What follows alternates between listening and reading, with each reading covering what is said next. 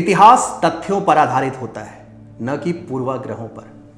लेकिन हमारे देश में इतिहास पूर्वाग्रहों पर आधारित कर और अपने सुविधानुसार ही लिखा गया है। इतिहासकारों ने पहले ही निष्कर्ष निकाल लिया, इसके पश्चात तथ्यों को उस निष्कर्ष के अनुसार तोड़ मरोड़ कर लिखा गया। स्वतंत्रता से पहले अंग्रेजों ने इस कला को आरंभ किया था, जो आज भी लॉर्ड मैकॉले से प्रभावित इतिहासकारों और पत्रकारों में सर्वथा व्याप्त है। इतिहास में कई ऐसी कल्पनाएं उल्लेखित हैं जो बिना तथ्यों के ही सिर्फ पूर्वाग्रहों के आधार पर लिख दी गई हैं। उनमें से एक कपोल कल्पना है आर्य आक्रमण सिद्धांत, या आंग्ल में कहें तो आर्यन इन्वेजन थ्योरी।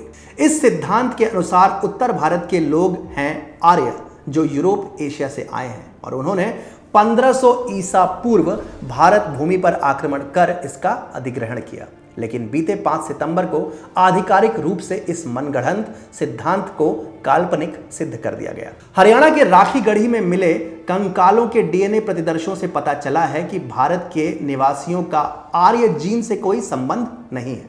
परंतु क्या आपको पता है कि इस अन्वेषण से यह भी सिद्ध हो गया है कि भारतीय इतिहास की आधारशिला के रूप में प्रचलित सिंधु घाटी सभ्यता से बड़ी सभ्यता सरस्वती घाटी सभ्यता है। नमस्कार, मैं हूं अतुल मिश्रा और अनटोल्ड हिस्ट्री के आज के अंक में मैं आपको बताने जा रहा हूं कहानी भारत के इतिहास के सबसे बड़े षड्यंत्र की। सबसे पहले मैं आपको उस पुस्तक से परिचित करवाता हूं जिस पर हमारा आज का अंक आधारित है। इस पुस्तक का नाम है द सरस्वती सिविलाइजेशन और इसके लेखक हैं प्रखर राष्ट्रवादी मेजर जनरल जीडी बख्शी। यह कहानी एक ऐसे मनगढ़ंत सिद्धांत की जिसने भारतीयों को 19वीं सदी में ही बांट दिया, तथा यह कहानी है भारत की सबसे बड़ी नदी और सभ्यता की जिसका अस्तित्व वामपंथी इतिहासकारों ने कभी माना ही नहीं। आर्यन इन्वेजन थ्योरी का जन्म यूरोप में हुआ, जहां लोग स्वयं को सर्वोच्च प्रजाति का मानते थे। अगर यह कहें कि जर्मनी ने इस सिद्धांत को जन्म दिया और अंग्रेजों ने इसे बड़े स्तर पर उपयोग किया, तो यह मिथ्या नहीं होगा। आर्यन या आर्य शब्द का अर्थ होता है भद्र मानव। इस शब्द का उल्लेख ऋग्वेद में भी मिलता है, अर्थात किसी भी स्रोत, पांडुलिपि या पुरातात्विक साक्ष्य में आर्य शब्द का तात्पर्य कोई विभिन्न प्रजाति होने का प्रमाण नहीं मिलता। लेकिन 19वीं शताब्दी में अंग्रेजों और यूरोपीय देशों ने विश्व में अपने वर्चस्व को स्थापित करने के लिए भाषाई आधार पर प्रजातियों को बांटना आरंभ किया, और इससे यह निष्कर्ष निकाला गया कि अंग्रेज ही श्रेष्ठ हैं तथा उन्हीं से मानव विकसित हुए और फिर अन्य महाद्वीपों पर फैले। सबसे पहले इस सिद्धांत को जर्मन इंडोलॉजिस्ट मैक्स मूलर ने जन्म दिया था, वह भी बिना किसी तथ्य के।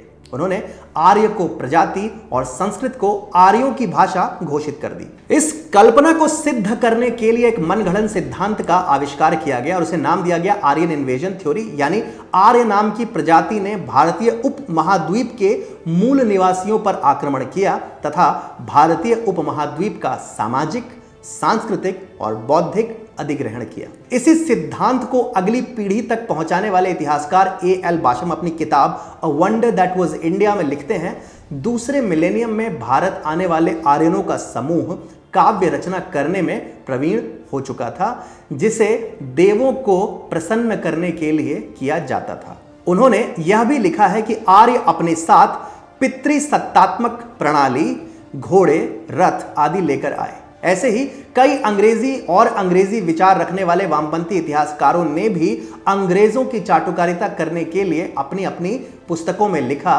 कि मूल निवासियों पर विजय प्राप्त करने वाले आर्यों ने घोड़ों के साथ तैयार रथ, अपनी वैदिक संस्कृति, जाति व्यवस्था और संस्कृत भाषा को भारत में सम्मिश्रित कर दिया। अंग्रेजी सरकार ने आर्य आक्रमण सिद्धांत का उपयोग कर भारत को खंड खंड करने का काम लॉर्ड मैकॉले को दिया। लॉर्ड मैकॉले ने ईस्ट इंडिया कंपनी के साथ अपने प्रभाव का उपयोग कर आर्य आक्रमण सिद्धांत प्रतिपादित करने वाले मैक्स मूलर की मदद ली और ऋग्वेद का दोषपूर्ण अनुवाद कराकर भारत के मूल निवासियों में से उत्तर भारतीयों को आर्य प्रजाति सिद्ध करने का प्रयत्न किया। मैकॉले का यह षड्यंत्र सफल भी हुआ। मैकॉले के साथ साथ भारत के ही कई इतिहासकार इस षड्यंत्र का हिस्सा बने और देश को आर्यों और द्रविड़ों में सिर्फ विभाजित ही नहीं किया, बल्कि भारतीयों के मन में एक अपराध बोध भी पैदा करने में सफल रहे, जिससे आज की पीढ़ी तक उबर नहीं पाई है। उन्होंने मिथक प्रचार किया कि आर्यों ने द्रविड़ों पर आक्रमण किया, जो हड़प्पा के आसपास के क्षेत्र के मूल निवासी थे, और उन्हें दक्षिण तक खदेड़ा। बाद में जब किसी पुरातात्विक या आनुवंशिक साक्ष्य ने इस दावे को पुष्ट नहीं किया, तब उन्होंने स्थानांतर गमन सिद्धांत का प्रस्ताव रखा, जिसके अनुसार पश्चिम से प्राचीन ईरानी लोग हड़प्पा क्षेत्र में आए और अपनी वैदिक संस्कृति अपने साथ लाए। साथ ही इन इतिहासकारों ने यह मानने से भी अस्वीकार कर दिया कि वेदों में उल्लेखित पुण्य सलिला सरस्वती नदी का अस्तित्व भी था। रोमिला थापर, इरफान हबीब और उनके साथी इतिहासकार इसी काल्पनिक सिद्धांत को अपनी पुस्तकों में लिखकर दशकों तक देश के विद्यार्थियों को दिग्भ्रमित करते रहे। इन वामपंथी इतिहासकारों ने इस सिद्धांत से भारत की सभ्यता का उद्भव भारतीय उपमहाद्वीप के बाहर का बताया और वैदिक प्रथाओं को एक विदेशी प्रथा और एक दमनकारी शक्ति के रूप में चिन्हित किया। इससे दक्षिण भारतीयों में यह संदेश गया कि आर्यों ने मूल निवासियों पर हमला किया, जिसके कारण द्रविड़ों को पलायन कर सुदूर समुद्र तट तक जाना पड़ा। यही सिद्धांत फिर बाद में जाकर भाषाई आधार पर भारत में राज्यों के विभाजन का कारण बना। इसी सिद्धांत के कारण आधुनिक भारत में राजनीतिक दलों में उत्तर बनाम दक्षिण युद्ध भी छिड़ा। डीएमके और अन्ना द्रमुक जैसी पार्टियां स्वतंत्रता के बाद दशकों तक क्षेत्रवादी राजनीति से लोगों को और विभाजित करती रही है। पेरियार जैसे लोगों ने तो द्रविड़ों के लिए अलग देश तक बनाने की मांग कर दी।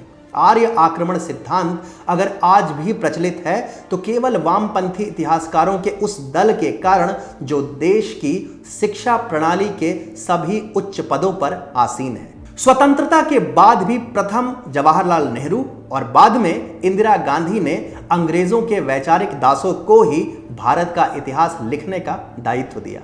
लेकिन 20वीं शताब्दी में जैसे जैसे पुरातत्व के साक्ष्य मिलते गए, विशेष रूप से सिंधु और सरस्वती घाटियों में, उससे यह स्पष्ट होता गया कि प्रस्तावित कालखंड के आसपास यानी 1500 ईसा पूर्व किसी भी व्यक्ति या समूह ने भारत पर आक्रमण नहीं किया था, ना ही यहां से कोई पलायन हुआ था। साथ ही साथ यह भी सिद्ध हो गया कि अधिकतर पुरातात्विक नगर सिंधु नदी के आसपास नहीं, अपितु अदृश्य हो चुकी पुण्य सलिला सरस्वती के किनारों पर बसे हैं। हड़प्पा सभ्यता की 2600 बस्तियों में से वर्तमान पाकिस्तान में सिंधु तट पर मात्र 265 बस्तियां हैं, जबकि शेष अधिकांश बस्तियां सरस्वती नदी के तट पर मिलती हैं। अभी तक हड़प्पा सभ्यता को सिर्फ सिंधु नदी की देन माना जाता था, लेकिन अब नूतन शोधों से सिद्ध हो गया है कि भारत की सभ्यता सिंधु सभ्यता नहीं वरन सरस्वती सभ्यता है। इसी तथ्य को पूरे प्रमाण के साथ मेजर जनरल जीडी बख्शी ने अपनी पुस्तक द सरस्वती सिविलाइजेशन में बताया है। मानव विज्ञान अर्थात एंथ्रोपोलॉजी ने भी सैकड़ों कंकालों का परीक्षण कर लगभग 1500 ईसा पूर्व भारत में किसी भी नए मानव के प्रवेश की संभावना को निरस्त कर दिया है। हड़प्पा संस्कृति के कई तत्व वैदिक संस्कृति से मिलते हैं, जैसे अग्नि पूजन, मातृपूजन, वृक्षों और पशुओं की पूजा, तेल के दीपक, लाल वर्णक, शंख का उपयोग, जल के माध्यम से अनुष्ठान और शुद्धि, और सबसे महत्वपूर्ण योग तथा ध्यान। इसलिए आर्यन आक्रमण सिद्धांत द्वारा स्थापित सांस्कृतिक अधिग्रहण की परिकल्पना सिद्ध ही नहीं होती है। इस सिद्धांत में सरस्वती नदी को भी आर्यों के कथित आगमन से कम 400 वर्ष पूर्व 1900 ईसा पूर्व के आसपास अदृश्य होना अथवा सूखना दिखाया गया था, जबकि सरस्वती को वैदिक काल की स्तुतियों में पराक्रमी एवं पहाड़ से समुद्र तक बहने वाली नदी के रूप में महिमा मंडित किया गया है। साथ ही वेदों में भी सरस्वती का वर्णन मिलता है। ऋग्वेद के नदी सूक्त में सरस्वती का इस प्रकार उल्लेख है। इमं में गंगे यमुने सरस्वती शुतुद्री स्तोमम सचता परुषन्या असिकन्या मरुद्वधे वितस्त यार्जिकीये शृणुह्या सुषोमया। जैसे जैसे विज्ञान विकसित होता गया वैसे वैसे हमारे इतिहास की सत्यता स्थापित होती गई। अब नए नए तथ्य सामने आ रहे हैं जिससे संभावनाओं के नए द्वार खुलते जा रहे हैं और भ्रामक तथ्यों पर आधारित आर्यन इन्वेजन थ्योरी का सत्य अनावृत हो चुका है। इसी क्रम में 5 सितंबर को सिंधु सरस्वती घाटी सभ्यता के सत्य होने और आर्यन इन्वेजन थ्योरी के काल्पनिक होने को विज्ञान ने भी सहमति दे दी। अमेरिका की प्रतिष्ठित वैज्ञानिक जर्नल सेल में प्रकाशित एक रिपोर्ट के मुताबिक सरस्वती सभ्यता के मानवों और आर्यनों के जीनोम में समानता नहीं है। यह रिपोर्ट हरियाणा के राखीगढ़ी से मिले एक नरकंकाल के अध्ययन के आधार पर ली गई है। बता दें कि पुणे के डेक्कन कॉलेज ऑफ आर्कियोलॉजी के प्रोफेसर वसंत शिंदे की अगुवाई वाली टीम ने 2015 में राखीगढ़ी के मिट्टी के टीलों को खुदवाना आरंभ किया था। बस्ती से करीब 1 किलोमीटर दूर 4500 वर्ष पुराने नरकंकाल मिले थे। इसे लेकर वैज्ञानिकों ने अवशेषों का डीएनए टेस्ट किया था। डीएनए टेस्ट से पता चला है कि यह रिपोर्ट प्राचीन आर्यंस की डीएनए रिपोर्ट से मेल नहीं खाती है। ऐसे में यह प्रमाणित होता है कि आर्यों के बाहर से आने का सिद्धांत ही मिथ्या है। इसके अलावा इस रिपोर्ट में यह भी कहा गया है कि मृगया, खेती और पशुपालन भारत के मूल निवासियों ने अपने आप सीखा था। इस रिपोर्ट को तैयार करने वाली टीम के प्रमुख प्रोफेसर वसंत शिंदे ने इकोनॉमिक टाइम्स से कहा, यह पेपर्स इस तरफ इशारा करते हैं कि आर्यन हमले और आर्यंस के बाहर से आने के दावे निराधार हैं। इसके अलावा यह भी साफ है कि आधुनिक समय के सभी विकास और आविष्कार यहाँ के लोगों ने स्वयं किए थे। रिपोर्ट में 3 बिंदुओं को मुख्य रूप से दर्शाया गया है। पहला, प्राप्त नरकंकाल दक्षिण एशिया के निवासियों के ही थे। दूसरा, 12,000 वर्ष से एशिया का एक ही जीन रहा है। भारत में विदेशियों के आने की वजह से जीन में मिश्रण होते रहे हैं। तीसरा, भारत में खेती करने और पशुपालन करने वाले लोग बाहर से नहीं आए थे।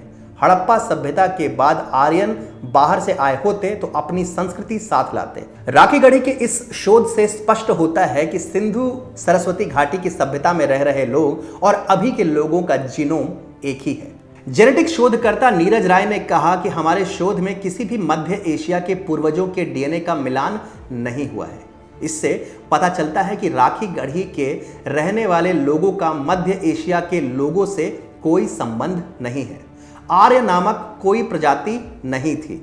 सरस्वती और वैदिक संस्कृति एक थी और भारत में अधिकांश लोग उत्तर के हों या दक्षिण के, सभी उसी संस्कृति के वंशज हैं। अब जबकि आर्यन आक्रमण सिद्धांत अप्रासंगिक और झूठा साबित हो चुका है, तब सनौली में खोजे गए 4000 वर्ष पुराने कब्रगाह और अन्य अवशेष पर ध्यान केंद्रित करना होगा। बता दें कि सनौली में पुरातात्विक स्थल का उत्खनन पहली बार 2018 में शुरू हुआ था, जिसे जनवरी 2019 में फिर से आरंभ किया गया है। इस क्षेत्र में हड़प्पा काल का सबसे बड़ा रथ पाया गया है। वर्ष 2018 की खुदाई में यहाँ 3 रथ प्राप्त हुए थे। इसके अतिरिक्त यहाँ पुरातात्विक महत्व की तलवारें, हथियार, भोज्य पदार्थ आदि मिले हैं और इन सभी के शोध से हमारी सभ्यता यानी सरस्वती सभ्यता कहीं और अधिक पुरातन सिद्ध होगी। यह कथा थी देश के गौरव की कथा, असत्य को सत्य बनाने के षड्यंत्र की कथा, देश के विभाजन के भयावह कपट संधि की कथा, पृथ्वी की सबसे पुरानी सभ्यता की कथा, पुण्य सलिला सरस्वती की और कथा भारत के इतिहास के सबसे बड़े षड्यंत्र की। ऐसी ही अन्य कथाएं लेकर आता रहूंगा मैं अनटोल्ड हिस्ट्री के आगे के अंकों के साथ। लेकिन जाते जाते मेजर जनरल जीडी बख्शी के द्वारा लिखित यह पुस्तक द सरस्वती सिविलाइजेशन पढ़ना न भूलें। इस पुस्तक का लिंक हम अपने डिस्क्रिप्शन सेक्शन में भी डालेंगे।